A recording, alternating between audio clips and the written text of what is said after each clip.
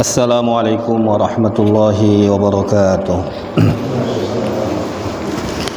Innal hamdalillah nahmaduhu wa nasta'inuhu wa nastaghfiruh wa na'udzu billahi min shururi anfusina wa min sayyiati a'malina.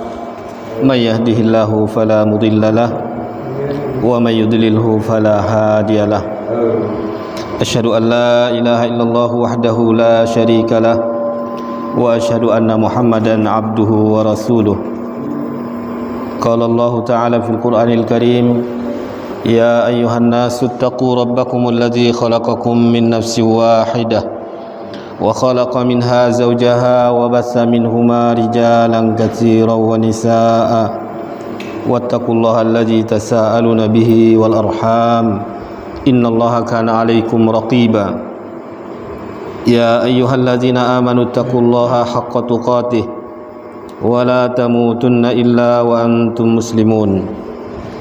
Ya ayyuhalladzina amanu taqullaha wa qulu qawlan sadida yuslih lakum a'malakum wa yaghfir lakum dhunubakum wa may yuti'illaha wa rasulahu faqad faza fawzan 'azima. Amma ba'd, fa inna asdaqal hadisi kitabullah wa khairal hadyi hadyu nabiyyina Muhammadin sallallahu alaihi wasallam wa syarral umuri muhdatsatuha wa kullu muhdatsatin bid'ah wa kullu bid'atin dhalalah wa kullu dhalalatin finnar wa na'udzu billahi minan nar. Summa amma ba'd. Ma'asyiral muslimin, para jamaah kajian yang dimuliakan Allah Subhanahu wa taala, hadani Allah wa iyyakum.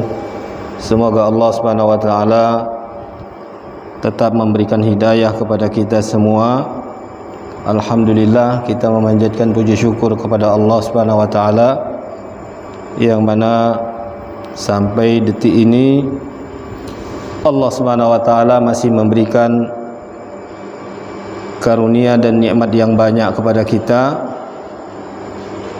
Dan di antara nikmat yang terbesar yang Allah berikan kepada kita adalah nikmat iman dan Islam serta kesehatan dan kesempatan yang diberikan oleh Allah Subhanahu wa taala dan umur yang panjang yang Allah berikan kepada kita, sehingga alhamdulillah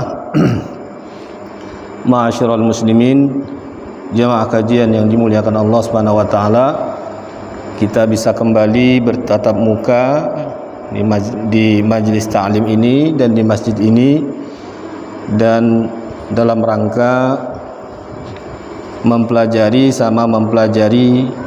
agama yang Allah Subhanahu wa taala amanahkan kepada kita semua. Dan alhamdulillah Allah juga memberikan umur panjang kepada kita sehingga kita bertemu kembali dengan tahun baru Islam yang mana kita berada pada bulan Muharram, yang mana bulan Muharram ini adalah salah satu dari 4 bulan yang diharamkan oleh Allah Subhanahu wa taala. Jadi ma'asyiral muslimin, jamaah kajian yang dimuliakan Allah Subhanahu wa taala, di sini kita ingatkan bahwa kita masih berada di bulan yang diharamkan oleh Allah Subhanahu wa taala, yaitu di bulan haram.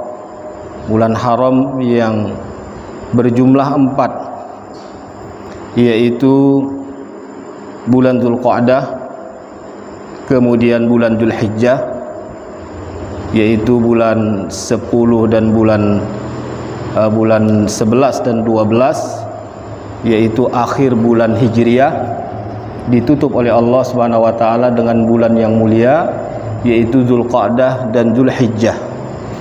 Dan kita sudah berada di bulan yang ketiga, yaitu bulan Muharram, bulan yang Allah Subhanahu wa taala awali tahun baru kita ini dengan bulan Muharram, bulan yang haram juga, yang diagungkan oleh Allah Subhanahu wa taala, yang Allah Subhanahu wa taala menginginkan dari kita adalah memperbanyak amal soleh di bulan haram ini. Bahkan Rasulullah sallallahu alaihi wasallam memperbanyak amal ibadah di bulan Muharram, terutama Rasulullah sallallahu alaihi wasallam memperbanyak amalan puasa sunnah di bulan Ramadan. Dalam riwayat Rasulullah sallallahu alaihi wasallam menyebutkan tidak ada puasa yang paling utama setelah puasa di bulan Ramadan melainkan puasa di bulan Muharram. Jadi di bulan ini kita dianjurkan oleh Allah Subhanahu wa taala, yang diinginkan Allah Subhanahu wa taala kepada kita adalah memperbanyak amal ibadah. Dan mudah-mudahan bermajlisnya kita di masjid ini dalam rangka membaca ayat-ayat Allah Subhanahu wa taala, membaca hadis-hadis Nabi sallallahu alaihi wasallam, kita fahami dengan bimbingan para ulama rahimahumullahu taala dari karya tulis mereka. Mudah-mudahan ini juga termasuk amal ibadah yang bisa kita jadikan sebagai bekal nanti ketika kita bertemu kepada Allah Subhanahu wa taala. Begitu juga para jamaah yang dimuliakan Allah Subhanahu wa taala, kita ingatkan bahwa Allah Subhanahu wa taala memberikan keistimewaan alhamdulillah pada tahun Muharram, satu dari bulan Muharram ini tahun 1443 Allah Subhanahu wa taala memberikan keistimewaan kepada kita, yang mana di bulan ini kita diberikan setidaknya 3 keistimewaan. Keistimewaan yang pertama yaitu kita bisa bertemu lagi dengan tahun baru Islam, yang artinya kita masih diberi oleh Allah Subhanahu wa taala kesempatan untuk memperbanyak amalan, untuk memperbanyak bekal kepada Allah Subhanahu wa taala. Rasulullah sallallahu alaihi wasallam menyebutkan bahwa orang yang terbaik adalah orang yang panjang umurnya, baik pula amalannya. Umurnya panjang dan digunakan untuk menjalankan ketaatan kepada Allah Subhanahu wa taala, bertaqarrub kepada Allah Subhanahu wa taala. Namun ma'asyiral muslimin, para jamaah kajian yang dimuliakan Allah Subhanahu wa taala, kita yang berada di akhir zaman ini, artinya kita memasuki tahun baru, jumlah usia kita bertambah, umur kita berkurang, kita semakin jauh dari kehidupan dunia, semakin pula dekat dengan alam kubur yang sudah menanti kita. Jadi di akhir zaman Rasulullah sallallahu alaihi wasallam menyebutkan tidak ada zaman yang datang setelahnya, melainkan zaman yang setelahnya itu adalah lebih buruk daripada zaman yang sebelumnya. Tidak akan datang kepada kalian suatu zaman melainkan zaman yang sebelumnya lebih buruk. Artinya tahun 1442 ujian yang Allah berikan kepada kita itu jelas lebih ringan daripada tahun 1443 ini, sehingga betul-betul kita meminta pertolongan kepada Allah Subhanahu wa taala agar betul-betul kita bisa menjalani tahun yang baru ini lebih baik daripada tahun sebelumnya. Setidaknya kita bisa mempertahankan keistiqomahan kita di atas agama Allah Subhanahu wa taala, atau kalau bisa kita meningkatkan ketakwaan kita kepada Allah Subhanahu wa taala. Kita upgrade kembali ketakwaan kita agar kita lebih dekat dengan Allah Subhanahu wa taala. Sebagaimana yang kita dapati pada tahun ini, Allah Subhanahu wa taala mengingatkan kita dengan banyak pengingatan. Di antara pengingatan dan peringatan Allah Subhanahu wa taala yang masih segar, yang masih kita rasakan sampai sekarang ini adalah menyebarnya wabah corona. Ini juga teguran bagi kita semua agar kita kembali kepada Allah Subhanahu wa taala. Artinya, ma'asyiral muslimin, jamaah kajian yang dimuliakan Allah Subhanahu wa taala, untuk menghadapi tahun baru ini kita butuh persiapan yang lebih matang, yaitu persiapan membawa bekal ketakwaan kepada Allah Subhanahu wa taala dan lebih mendekatkan diri kepada Allah Subhanahu wa taala agar kita tidak merugi dari orang-orang yang ditakdirkan oleh Allah Subhanahu wa taala jauh dari agama Allah Subhanahu wa taala. Terutama kita di akhir zaman diuji oleh Allah Subhanahu wa taala dengan yang kita sebutkan wabah. Kemudian diuji oleh Allah Subhanahu wa taala dengan hiruk pikuk dunia. Di antara sebab terjadinya hiruk pikuk dunia ini adalah munculnya sarana-sarana media. Ini juga sebagai ujian bagi kita dan ujian bagi keluarga kita. Adanya sarana telekomunikasi, sarana internet, ini kalau kita tidak betul-betul perhatikan, ini adalah betul-betul fitnah bagi seorang muslim. Bahkan Rasulullah dahulu, ya, beberapa abad yang lalu, Rasulullah SAW menyebutkan akan datang fitnah, ujian kepada orang-orang mukmin, yaitu kepada umat Nabi Muhammad SAW. Fitnah itu tidak meninggalkan satu rumah pun, kecuali fitnah itu masuk ke dalam rumah tersebut. Ujian itu tidak meninggalkan satu rumah pun. Tidak pandang bulu, ujian tersebut akan memasuki rumah orang alim, ulama, kiai, ustadz. Fitnah itu akan memasuki pemuka dari kalangan kaum muslimin. Fitnah itu juga akan memasuki rumah-rumah awamnya kaum muslimin. Para ulama dahulu, sebelum majunya teknologi di dunia ini, mereka bingung apa yang dimaksud oleh Rasulullah SAW fitnah yang memasuki semua rumah kaum muslimin, baik rumah tersebut di atas pegunungan maupun rumah mereka di atas di lembah-lembah maupun di perkotaan, tanpa terkecuali. Fitnah tersebut, ujian tersebut akan masuk ke rumah-rumah kaum muslimin. Dan sekarang baru para ulama rahimahumullah ta'ala mendapat kejelasan apa yang dimaksud oleh Rasulullah SAW. Di antaranya adalah fitnah internet, fitnah telepon. Ini yang masuk ke tengah-tengah kita, ya, yang mana sedikit atau banyak bagi kita yang menggunakan internet, kita akan dihadapkan dengan banyak ujian, banyak cobaan. Terlebih-lebih anak-anak kita, banyaknya game yang melalaikan mereka dari agama Allah Subhanahu wa taala. Bahkan kita sendiri, kuatnya kita, eratnya kita dengan HP, Masya Allah, sampai kita tidak bisa jauh dari HP kita. Dan ini menyita waktu kita untuk membaca Al-Quran Allah Subhanahu wa taala. Sehingga para ulama rahimahumullah ta'ala menyebutkan, kalau kita ini ingin mengetahui bagaimana para sahabat dahulu dekatnya mereka dengan Al-Quran, kita bayangkan saja dengan zaman sekarang, dekatnya orang sekarang dengan HP. Seperti itulah dekatnya para sahabat dengan Al-Quran. Kalau kita sekarang dekat dengan HP. Kalau dahulu orang bingung, bagaimana bisa seseorang cinta betul-betul dengan Al-Quran?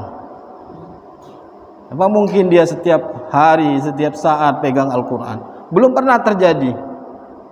Tapi sekarang setelah kita tahu kenyataan, ternyata bila seseorang sudah cinta dengan sesuatu, betul-betul tidak bisa menjauh dari sesuatu tersebut. Kita lihat sekarang, kita sedikit sebentar saja kita luput dari HP kita, kita merasa ada kekurangan yang kita hadapi dalam kehidupan kita. Begitulah dahulu para sahabat radhiyallahu taala anhum, dekatnya mereka dengan Al-Quran. Tapi ini butuh untuk kita kembalikan sejarah ini, yaitu kita dekatkan diri kita dengan Al-Quran, kita dekatkan anak-anak kita dengan Al-Quran, sebagaimana yang kita sebutkan tadi. bahwa tantangan kehidupan kita ini bukan semakin ringan, semakin besarnya dibukakannya oleh Allah Subhanahu wa taala kehidupan dunia ini bukan menunjukkan tantangan kita ringan, bahkan besar. Rasulullah menyebutkan mal faqru akhsha alaikum, bukan kefakiran, kemiskinan yang aku khawatirkan kepada kalian, tapi yang aku khawatirkan antu besatu alaikumud dunya, kalau dunia dibuka selebar-lebarnya kepada kalian, sehingga kalian betul-betul berambisi, saling berlomba-lomba. Dan ini yang fenomena yang sudah kita alami ya, yang dahulu kita Masya Allah pergi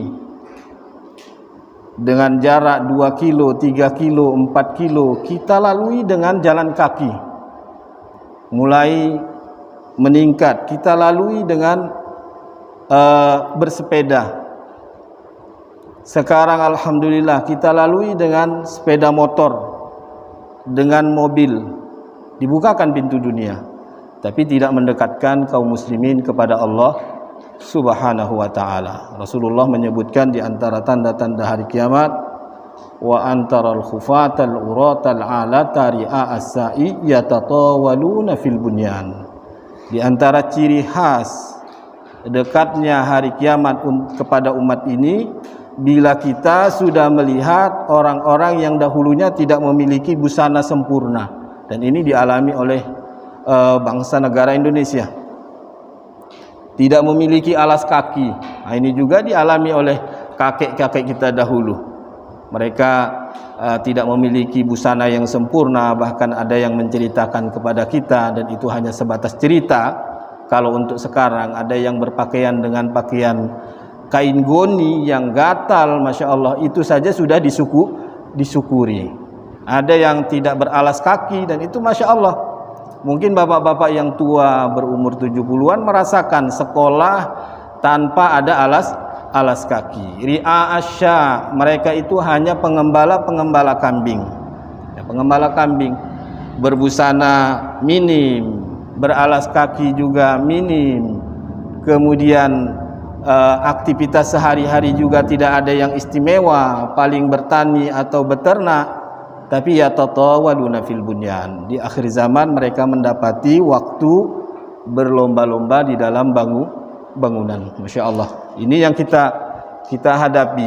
Berarti dekatnya kita dengan masa-masa akhir zaman yang disebutkan oleh Rasulullah sallallahu alaihi wasallam. Jadi ini yang pertama. Kemudian yang kedua, kita diberikan nikmat oleh Allah Subhanahu wa taala, keistimewaan di bulan ini, yaitu bertemu dengan hari raya, hari besar kemerdekaan negara Indonesia, yaitu insyaallah pada tanggal 17 Agustus, besok hari insyaallah. Dan kemerdekaan yang terwujud di negara kita ini jelas pamrih yang terbesar, andil yang terbesar adalah dari kalangan kaum muslimin, sehingga betul-betul kita gunakan. Jadi kemerdekaan yang dimaksud bukanlah kita ini umat yang tidak dilarang, tidak diperintah, tapi kemerdekaan yang harusnya kita camkan dalam hati kita.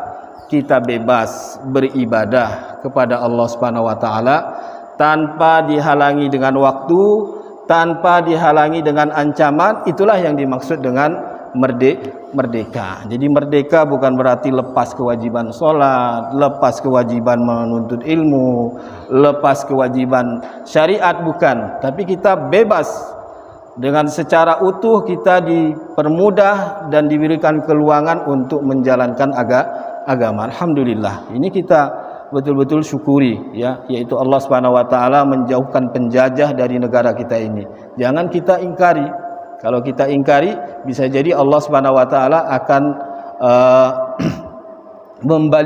mengulang kembali sejarah terdahulu. Kita berlindung kepada Allah Subhanahu wa taala. Kemudian ma'asyiral muslimin, jamaah kajian yang dimuliakan Allah Subhanahu wa taala, begitu juga nikmat Allah Subhanahu wa taala atau keistimewaan kita di bulan Muharram ini, insyaallah kita setelah masuk pada hari kemerdekaan Indonesia, yaitu 17 Agustus, yang layaknya kita syukuri kepada Allah Subhanahu wa taala. Terlebih-lebih yang menjajah negara kita ini notabene-nya adalah orang-orang kafir ya.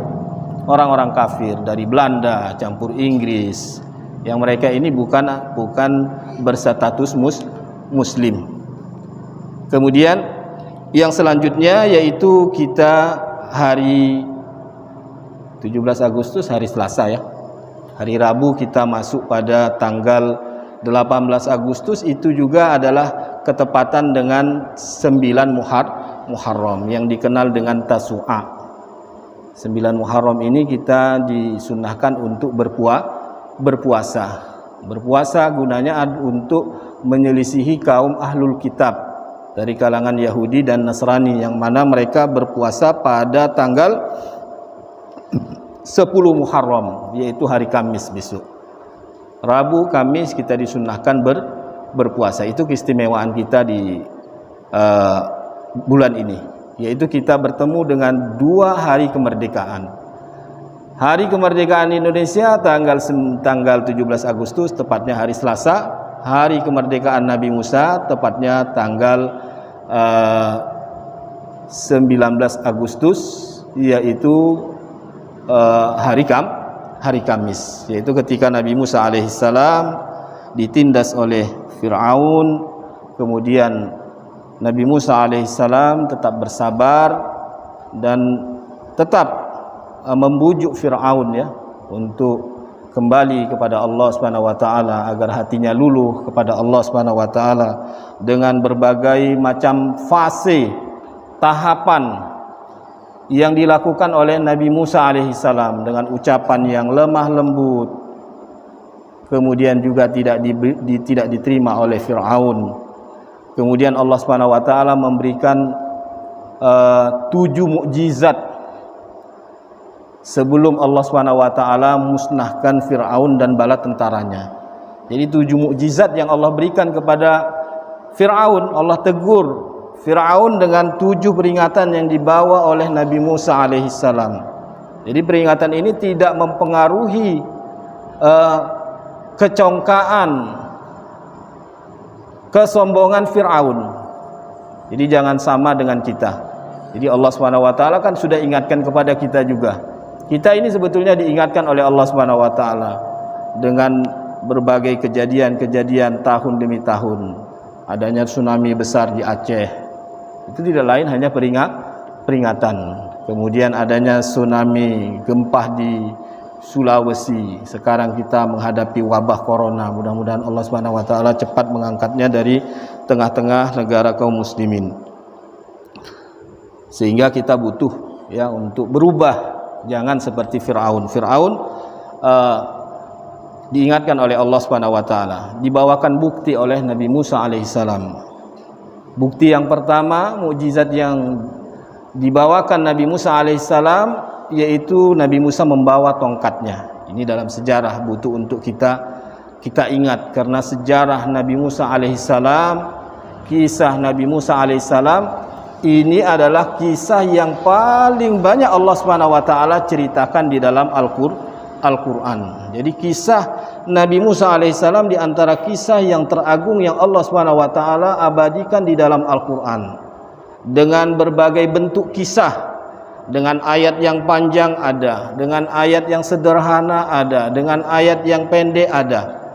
Dari mulai juz 1 sampai juz 30 Allah Subhanahu wa taala mengulang-ulang sejarah Nabi Musa alaihissalam. Bahkan Nabi Musa alaihissalam digolongkan oleh Allah Subhanahu wa taala sebagai rasul yang masuk dalam golongan ulul azmi. Ulul azmi artinya orang-orang yang memiliki tekad bulat, ya, kesabaran yang super. Ini diantaranya adalah Nabi Musa alaihissalam, dan umat Nabi Musa adalah umat yang terbanyak setelah umat Nabi kita Muhammad sallallahu alaihi wasallam. Yaitu Allah Subhanahu wa taala mengingatkan Fir'aun dengan tongkat Nabi Musa. Tongkat Nabi Musa bisa berubah menjadi ular yang besar. Kemudian tongkat Nabi Musa bisa memecah batu dan mengeluarkan air. Kemudian tongkat Nabi Musa bisa membelah lautan yang dipukul oleh Nabi Musa dengan perintah Allah Subhanahu wa taala. Tidak juga bermanfaat terhadap Firaun. Ketika Nabi Musa alaihissalam pertama kali menghadap kepada Firaun, Nabi Musa menginginkan ada bukti dari Allah Subhanahu wa taala. Nabi Musa melihatkan tongkatnya yang berubah menjadi ular dan tidak mempengaruhi, ya. Tidak ada pengaruh bagi Firaun. Kemudian Allah Subhanahu wa taala juga mengingatkan Firaun dengan mukjizat yang kedua, yaitu tangan Nabi Musa alaihissalam. Tangan Nabi Musa alaihissalam, bila Nabi Musa alaihissalam memasukkan tangannya ke sakunya dan setelah itu Nabi Musa mengeluarkannya, tangan Nabi Musa alaihissalam bercahaya.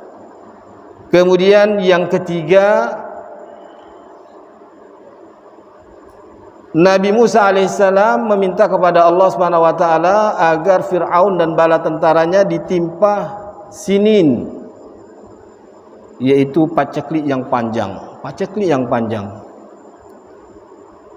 Didakwahi terus oleh Nabi Musa alaihissalam, diajak untuk mendekat beribadah hanya kepada Allah Subhanahu wa taala, melepaskan Bani Israel dari perbudakan mereka.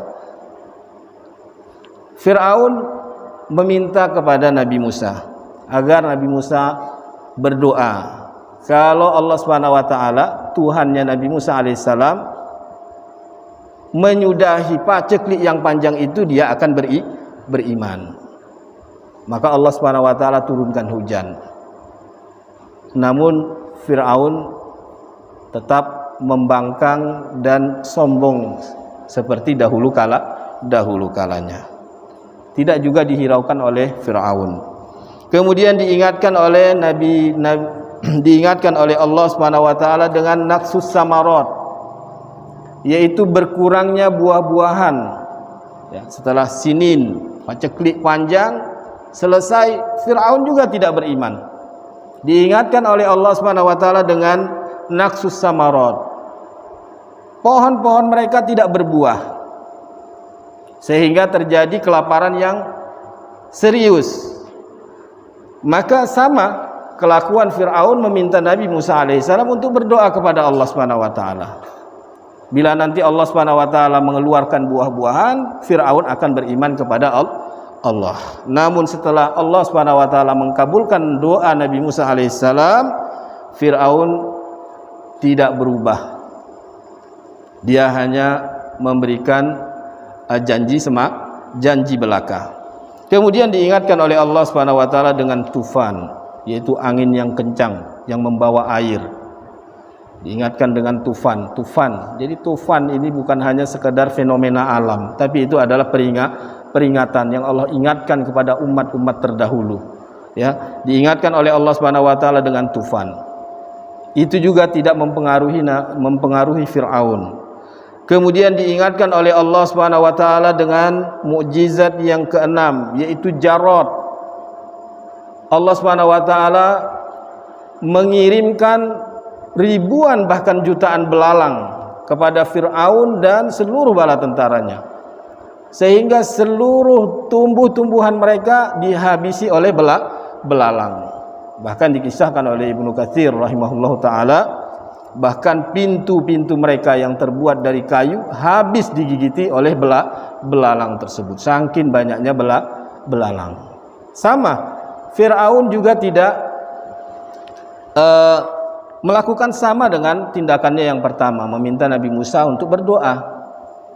Kemudian setelah Allah kabulkan, Firaun tidak juga beriman kepada Allah Subhanahu wa taala. Diingatkan oleh Allah Subhanahu wa taala dengan peringatan yang ketujuh, yaitu kumal.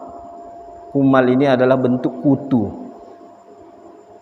Semua makanan mereka berkutu. Di mana-mana pakaian berkutu. Dengan waktu yang panjang. Setelah itu Firaun datang kepada Nabi Musa meminta agar dihilangkan oleh Allah. Bila Allah menghilangkan, dia akan beriman, tapi dihilangkan oleh Allah, dia juga tidak beriman. Kemudian Allah ingatkan dengan dofadi, dufda, kodok. Di mana-mana kodok, musim kodok. Masya Allah, kalau kita merasakan ini kodok semua. Tapi itu juga tidak menjadi peringatan oleh Fir'aun. Kemudian yang terakhir Allah Subhanahu wa taala ingatkan dengan dam, yaitu darah. Darah, para ulama menyebutkan darah yang dimaksud di sini, sebagian mufassirin menyebutkan bahwa Allah ingatkan Fir'aun dan rakyatnya dengan darah. Air-air yang ada di sekitar Mesir, di kerajaan Fir'aun, berubah menjadi darah. Sebagian mufassirin menyebutkan Allah ingatkan dengan penyakit wabah, sama seperti kita. Wabahnya kalau kita batu. Kalau di masa Fir'aun, darah, mimisan, muntah darah, kemudian meninggal dunia. Jadi sejarah wabah yang seperti ini juga sudah terjadi dahulu kala. Artinya ini adalah peringatan kepada kita. Jadi hendaknya kita betul-betul yang menghadapi tahun baru ini betul-betul lebih berbekal dengan ketakwaan, dan tentunya kita tidak lepas dari meminta pertolongan kepada Allah Subhanahu wa taala. Kemudian sehingga Nabi Musa alaihissalam bosan dengan janji-janji Fir'aun. Nabi Musa alaihissalam terakhir mengajak Bani Israel keluar dari Mesir, menuju negara Syam, yaitu Palestina.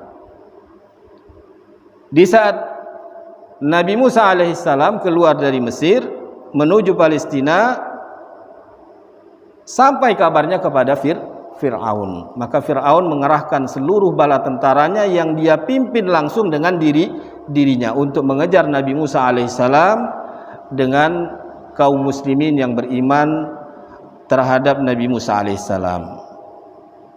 Nabi Musa alaihissalam berjalan terus sehingga mereka menemui terpojok dengan suatu lautan. Ini sejarah yang kita ulang kembali agar kita ingat.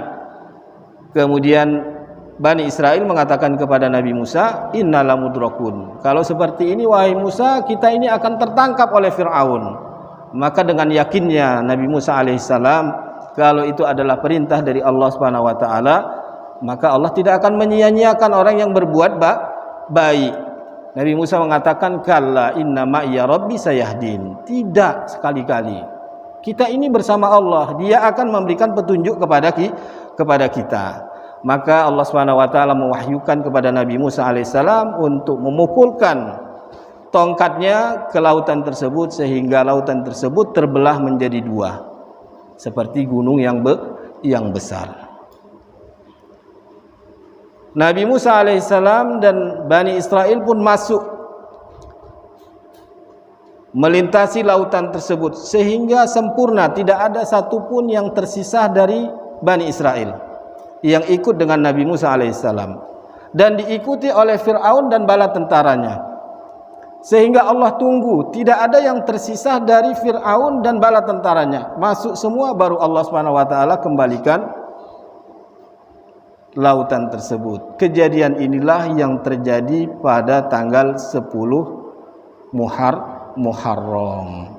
Nabi Musa alaihissalam berpuasa setiap kali bertemu dengan 10 Muharram, karena itu adalah hari Allah Subhanahu wa taala memusnahkan musuh kaum muslimin dan musuhnya Nabi Musa alaihissalam, sehingga Rasulullah sallallahu alaihi wasallam juga ikut berpuasa dengan kegembiraan Nabi Musa alaihissalam. Rasulullah menyebutkan kita lebih berhak ikut dengan Nabi Musa daripada ahlul kitab. Maka Rasulullah memerintahkan para sahabat untuk berpuasa, dan Rasulullah menyebutkan, aku mengharap kepada Allah Subhanahu wa taala puasa satu saja, yaitu puasa pada tanggal 10 Muharram, menghapuskan dosa-dosa yang telah lalu. Jadi ini yang butuh untuk kita ingatkan, yaitu kita tanggal 10 Muharram juga hari raya kemerdekaan Nabi Musa alaihissalam yang diakui oleh Rasulullah sallallahu alaihi wasallam, yang pahalanya menghapuskan dosa pada tahun-tahun yang lalu, 1 tahun yang lalu. Jadi dengan amalan yang sederhana bisa menghapuskan dosa 1 tahun penuh. Kemudian tanggal 9-nya itu adalah sebagai penyelisihan saja. Karena setelah Rasulullah SAW berpuasa pada tanggal 10 Muharram, Rasulullah SAW bertemu dengan para sahabat mengatakan, "Wahai Rasulullah, kenapa kamu berpuasa tanggal 10 Muharram ini? Tanggal 10 Muharram ini adalah hari raya besar kaum ahlul kitab." Maka kata Rasulullah SAW, kalau tahun besok insya Allah kita akan puasa tanggal 9-nya agar berbeda hari raya kita dengan hari raya ahlul kitab. Ahlul kitab berhari raya hanya tanggal 10 Muharram. Kalau kita 9 dan 10, sehingga kita disunahkan untuk berpuasa tanggal 9 dan 10 Muharram. Namun Rasulullah SAW setelah berjanji kalau besok bertemu dengan tahun baru, tahun Muharram kembali, akan berpuasa tanggal 9. Namun usia Rasulullah tidak sampai pada janji yang dia sebutkan. Wallahu a'lam bishawab. Jadi ini ma'asyiral muslimin, jamaah kajian yang dimuliakan Allah Subhanahu wa taala, sebagai mengingatkan kepada kita agar kita sama-sama menerapkan sunnah Rasulullah sallallahu alaihi wasallam. Karena intinya kita ngaji ini adalah mengamalkan, ya. Intinya kita mengaji ini bukan hanya sekedar mengambil, memperbanyak wawasan kita terhadap agama Islam, bukan. Tapi bagaimana kita betul-betul bisa beramal dan sesuai dengan sunnah Rasulullah sallallahu alaihi wasallam, didasari dengan ilmu, terutama amalan tersebut adalah amalan yang begitu besar fadilahnya. Dan insyaallah ma'asyiral muslimin, jamaah kajian yang dimuliakan Allah Subhanahu wa taala, sebagaimana kita sebutkan, kita insyaallah di malam hari ini sedikit membaca bagaimana semangatnya orang-orang terdahulu menyembunyikan amalan-amalan mereka, disebabkan khawatirnya mereka terhadap diri mereka dan terhapusnya amalan mereka. Jadi ini sebagai teguran juga bagi kita, terutama kita yang sudah berada hidup di era canggihnya teknologi. Masya Allah, kalau kita lihat bagaimana peran HP ini, ya, terhadap keikhlasan, pengaruh HP terhadap keikhlasan kita ini sangat besar pengaruhnya, ya. Sebagaimana yang disebutkan tadi, Rasulullah menyebutkan akan datang suatu saat fitnah masuk kepada seluruh rumah kaum muslimin, ya, HP masuk, sehingga kadang-kadang HP ini tidak telat dijadikan sebagai bahan pamer terhadap suatu amalan. Masya Allah, ini butuh untuk kita perhatikan agar umroh kita tidak sia-sia, haji kita tidak sia-sia, doa kita tidak sia-sia. Karena tidak sedikit, ya, kalau kita pergi umroh, pergi haji, bahkan ada yang minta fotokan, dia difoto di depan Ka'bah berdoa, mengangkat tangan seperti ini seakan-akan berdoa, padahal tidak berdoa kepada Allah Subhanahu wa taala. Hanya mengkelabui kaum muslimin. Dia cuman minta foto saja seperti ini. Difoto seret, baca Rabbana atina fid dunya hasanah wa fil akhirati hasanah saja belum sempat, sudah selesai. Masya Allah. Ini kalau kita tidak betul-betul memperhatikan keikhlasan amalan kita. Padahal sarana HP kita jadikan untuk pamer, ya, terhadap amalan kita, ini bisa mengurangi nilai amalan kita tersebut, bahkan bisa menghanguskan nilainya. Kalau nggak mengurangi, bisa menghapuskan. Lebih-lebih seperti yang tadi, ya, tidak berdoa tapi hanya sekedar foto saja, selfie saja, seakan-akan dia sudah berdoa kepada Allah Subhanahu wa taala. Masya Allah, ini yang kita khawatirkan, ya. Dan ini sudah kita berada di zaman yang seperti ini, selfie. Kalau kita selfie dengan dunia kita, ini tidak masalah. Kita panen, sawit kita banyak, kita kagum dengan sawit kita selfie. Tidak masuk kepada riya dan tidak masuk kepada pembatal keikhlasan. Tapi kalau amalan tersebut, sarana HP, kamera yang kita jadikan ini untuk amalan, Masya Allah, ya, Masya Allah, setidaknya bisa mengurangi, kalaupun tidak bisa menghanguskan nilai amalan. Jadi ini betul-betul kita perhatikan ya, kita jangan mudah untuk mempamerkan amalan kebaikan kita. Tentunya ini untuk kita semua tanpa terkecuali. Saya, bapak-bapak, itu semua masuk dalam nasihat ini agar kita betul-betul menjaga kemurnian, keikhlasan ibadah kita kepada Allah Subhanahu wa taala. Karena Allah Subhanahu wa taala menyebutkan dialah yang menciptakan kehidupan dan kematian, liyabluwakum ayyukum ahsanu amala. Untuk menguji kalian siapa yang paling baik amalannya. Para ulama menyebutkan paling baik amalannya yang dimaksud adalah aswabu akhlasuhu wa aswabuhu. Siapa yang paling ikhlas amalnya dan siapa pula yang paling cocok dengan sunnah Rasulullah. Itu artinya yang paling baik. Jadi yang paling baik ini bukan amalan yang dipertontonkan, tapi yang paling baik, yang paling ikhlas kepada Allah Subhanahu wa taala. Akhlasuhu, yang paling ikhlas, wa aswabuhu, yang paling tepat, yaitu dengan kecocokan dengan sunnah Rasulullah sallallahu alaihi wasallam. Jadi ma'asyiral muslimin, jamaah kajian yang dimuliakan Allah Subhanahu wa taala, setelah kita mengetahui ya bahwa pamer amalan ini adalah sebagai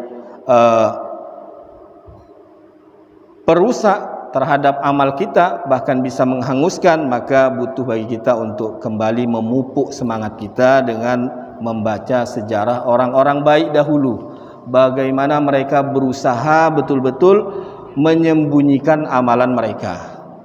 Kalau orang dahulu berbagai cara mereka tempuh, bagaimana kaum muslimin dan orang sekitar yang ada di sekitarnya tidak mengetahui amal baiknya.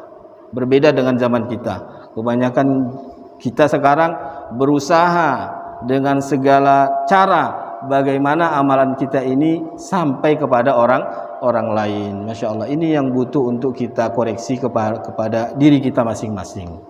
Kita masing-masing ya, semakin besar keikhlasan kita kepada Allah, semakin besar pula nilainya ya. Sebagaimana yang disebutkan para ulama, kadang amalan itu kecil tapi bisa menjadi besar disebabkan nilai keikhlasan yang dijaga.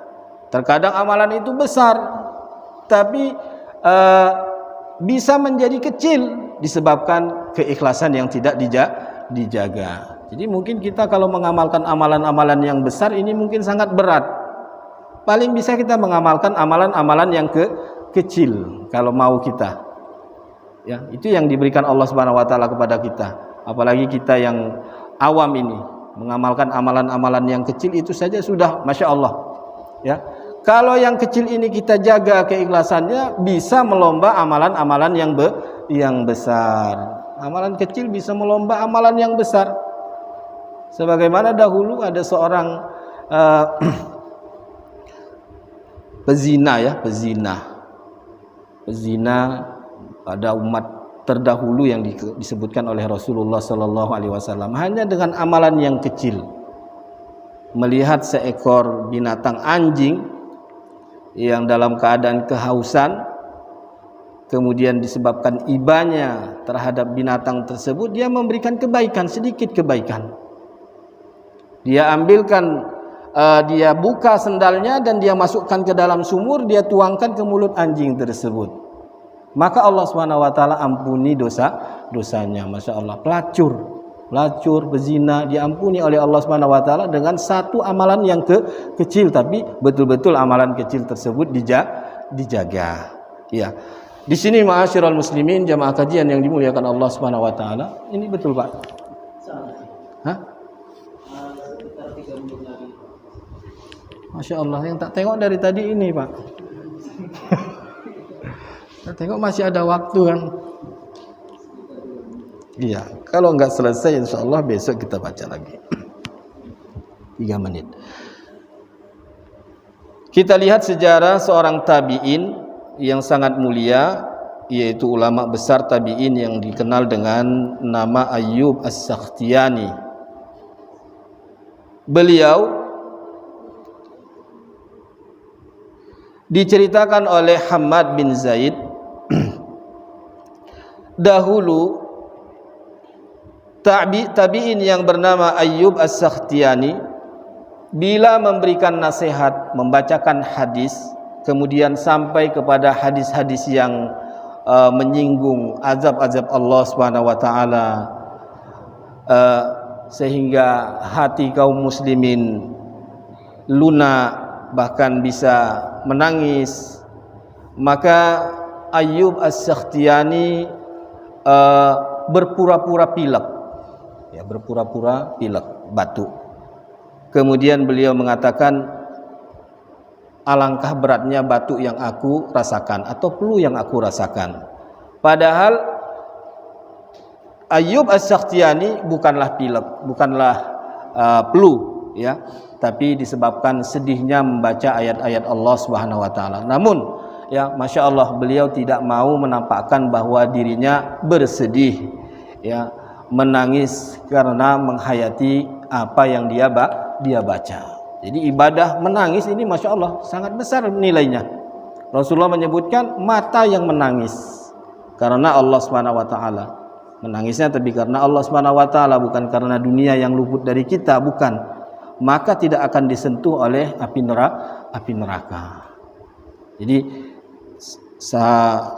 tabi'in yang bernama Ayyub As-Sakhtiyani bila membacakan hadis-hadis yang membuat kita merinding, berdiri bulu roma kita, bahkan meneteskan air mata kita, beliau tetap, ya, tidak mau menampakkan, walaupun terpaksa dia menangis. Dia mengatakan itu adalah flu, ya, penyakit, yaitu penyakit flu yang menimpahnya. Ini gunanya apa? Di ikhfaihi al-buka, agar dia bisa menyembunyikan tangisan tersebut. Begitulah para ulama dahulu, mereka bagaimana mereka menyembunyikan, padahal mereka terpaksa untuk menangis, tetap mereka sembunyikan, atau dengan cara yang mereka bisa menutup ibadah mereka.